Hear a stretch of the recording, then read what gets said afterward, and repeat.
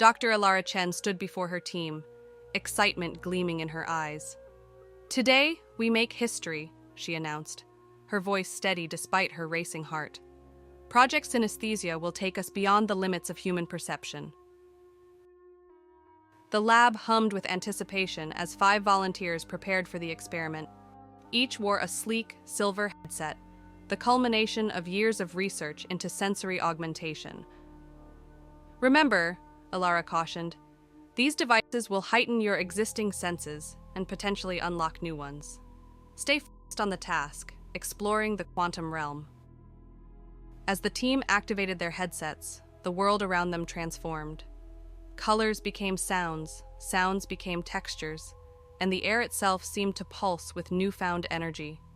Marcus, the youngest volunteer, gasped, I can feel the molecules in the air." "Focus, everyone," Alara urged. "Direct your attention to the quantum particle chamber." As they did, an astonishing sight unfolded. The quantum particles, normally invisible to the naked eye, appeared as intricate, dancing patterns of light and sound. "It's beautiful," whispered Sarah, her voice filled with awe. "I can sense the entanglement between particles. It's like a cosmic web connecting everything." For hours, the team explored this new realm of perception, making groundbreaking discoveries about the nature of reality. They observed the birth and death of virtual particles, witnessed the strange effects of quantum superposition, and even sensed the faint echoes of parallel universes brushing against their own. But as the experiment entered its 6th hour, something unexpected happened. "Wait," said Dr. Chen, her brow furrowed. "Do you feel that? There's a pattern emerging in the quantum foam." The team focused their enhanced senses on the phenomenon. Slowly, a rhythmic pulsation became apparent, like a heartbeat underlying the fabric of reality itself. Suddenly, a blinding flash of light erupted from the quantum chamber. When it faded, the team found themselves in a vast, shimmering space that defied description. Before them stood a being of pure energy, its form constantly shifting and flowing. "Greetings, explorers," it communicated, not through sound, but directly into their minds.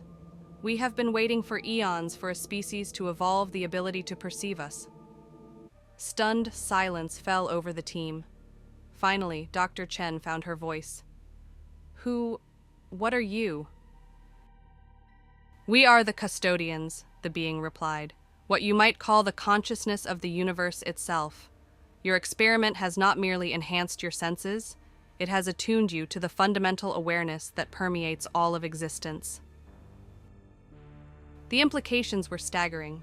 The team realized that their search for new senses had led them to discover that the universe itself was sentient. "But why reveal yourselves to us now?" asked Marcus, his voice trembling with a mix of fear and excitement. The being's energy pulsed warmly. "Because you are ready, your species stands at a crossroads. The knowledge we can share will help you navigate the challenges ahead and take your rightful place among the cosmic community."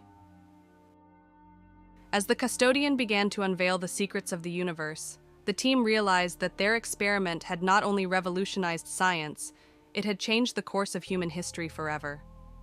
Dr. Chen smiled, her mind reeling with the possibilities. "I guess," she said softly, "this is just the beginning of our real expedition." The custodian's energy glowed in agreement. "Indeed, Dr. Chen, welcome to the true nature of reality. Your journey has only just begun." As the team prepared to return to their own realm, now burdened with knowledge beyond imagination, they knew that nothing would ever be the same. The universe had revealed itself to be far more wondrous, complex, and alive than they had ever dreamed possible.